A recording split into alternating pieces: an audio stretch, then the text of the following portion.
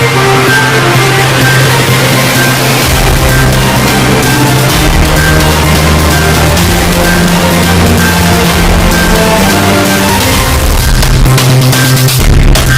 मी Deepti Gharde. Mission Maharashtra news मध्ये आपले स्वागत आहे.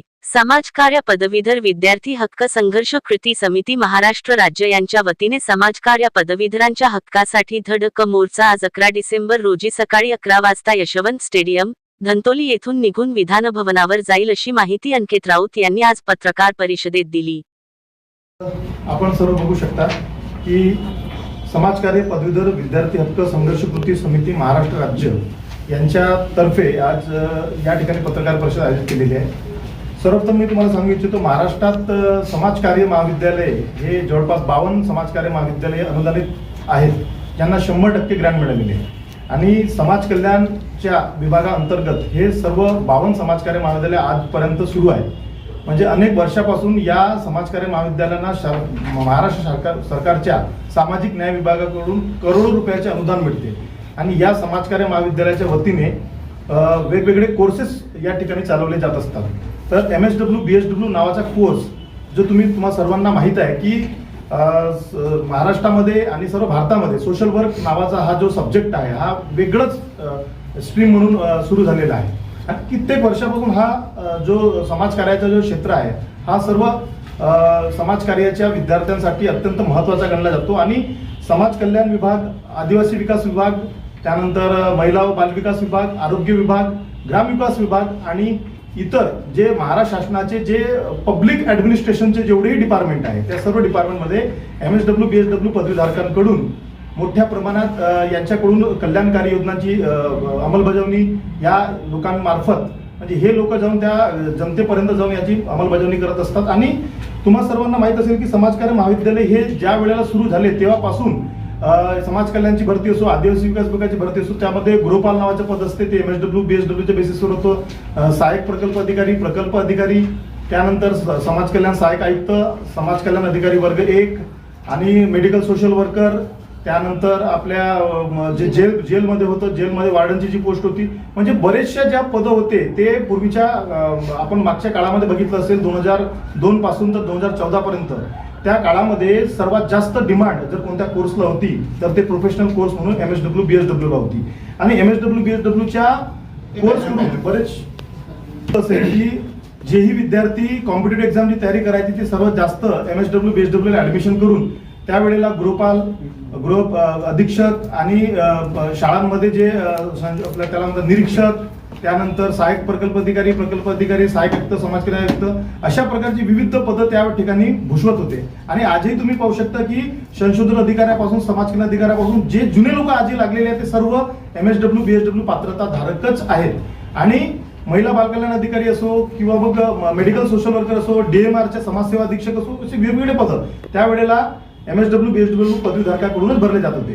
परंतु 2014 नंतर जेव्हा ही सरकार अस्तित्वात आली आणि 2014 नंतर म्हणजे आज जवळपास 10 वर्ष होऊन राहिले, 2014 नंतर हळूहळू MSW BSW ची पात्रता ही समाज कल्याण विभागातील विविध पदं, महिला बालविकासमधील विविध पदं जे MSW BSW ची पात्रता धारक होते ते 2014च्या नंतर झपाट्याने त्यांचे RR बदलले, त्यांचे सेवा शर्तीचे नियम आणि त्यांच्या शैक्षणिक पात्रता बदलून त्या ठिकाणी ॲनी ग्रॅज्युएटची पात्रता या सरकारमार्फत लागू करण्यात आली. आणि हळूहळू वेगवेगळे जेवढेही पदं होते, क्लास 1 चे असो, क्लास 2 चे असो, ते सर्व पदं त्या ठिकाणून अर्ध्यापेक्षा जास्त पद, 50% जास्त पदं आज ॲनी ग्रॅज्युएट झालेले आहेत. त्यामुळे MSW BSWच्या शिक्षणाला महत्त्व कमी झालेलं आहे. आणि कोट्यवधी रुपये अनुदान आपण देत असतो समाजकार्य महाविद्यालयाला. आणि एवढं अनुदान दिल्यानंतर जर त्या MSW BSW पदवीधारकांना जर रोजगार मिळत नसेल, त्यांना जर हक्काची सरकारी नोकरी मिळत नसेल, तर त्या पद्धतीनं त्या विद्यार्थ्यांचा त्या ठिकाणी हा मोठ्या प्रमाणात त्या विद्यार्थ्यांना नुकसान होत आहे. आणि शैक्षणिक दृष्ट्या जर आपण बघितलं तर MSW BSW जे पदवीधर आहे आजही कंत्राटी पद्धतीने वर्षानुवर्षे काम करत आहे, परंतु त्यांना साजेसं वेतन मिळत नाही आहे. बरेचसे MSW BSW आज विद्यार्थी हे बेरोजगार पडलेले आहेत. आणि अशा बेरोजगार विद्यार्थ्यांच्या हितासाठी सरकारने आणखी जोमाने काम करायला पाहिजे, वेगवेगळ्या रोजगाराच्या संधी उपलब्ध करून द्यायला पाहिजे. आता दिव्यांग कल्याण नावाचा जो नवीन मंत्रालय स्थापन झालेला आहे महाराष्ट्रात, तो एकमेव मंत्रालय आहे. इतर राज्यामध्ये दिव्यांग कल्याण मंत्रालय उपलब्ध नाही. आणि अशा स्थितीमध्ये जर त्या ठिकाणी MSW BSW पदवीधारकांना दिव्यांग कल्याण अधिकारी, दिव्यांगांचे समुपदेशक जर त्या ठिकाणी हे पद निर्मित केले तर त्यांना रोजगारही मिळू शकतो. परंतु अलीकडच्या काळामध्ये any ग्रॅज्युएट करून MSW BSW पदवीधारकांवर ज्या पद्धतीनं अन्याय होत चाललेला आहे तो की ज्या जुन्या पद्धतीचे आमचे BSW MSW चे जे GR होते ते त्या पात्रताची जे गृहपाल पदाची पात्रता होती ती MSW BSW पदवीधारकांचीच होती.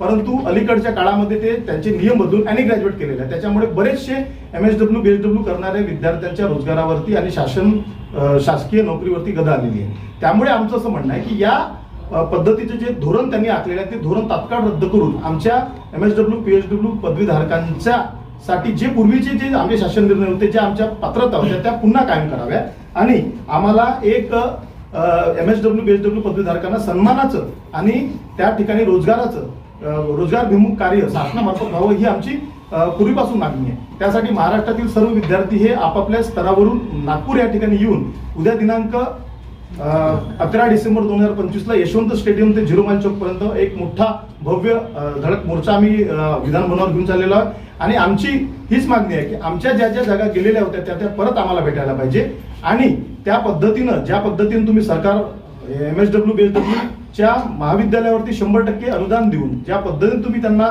पेमेंट करता, त्यांना एवढं अनुदान देता, तर त्याच्यातून आउटपुट काहीतरी निघाला पाहिजे. पण ते विद्यार्थी जर घडतील नाही आणि विद्यार्थ्यांना जॉब नाही मिळेल तर उद्या चालून हे सरकारी महाविद्यालय बंद पडतील. तर आमची हीच विनंती आहे की या मोर्चामार्फत आम्हाला सरकारचं लक्ष वेधायचं आणि आमच्या ज्या रखडलेल्या मागण्या आहेत त्या मागण्या त्यांनी पूर्ण कराव्या, यासाठीच हा आमचा मोर्चा. किती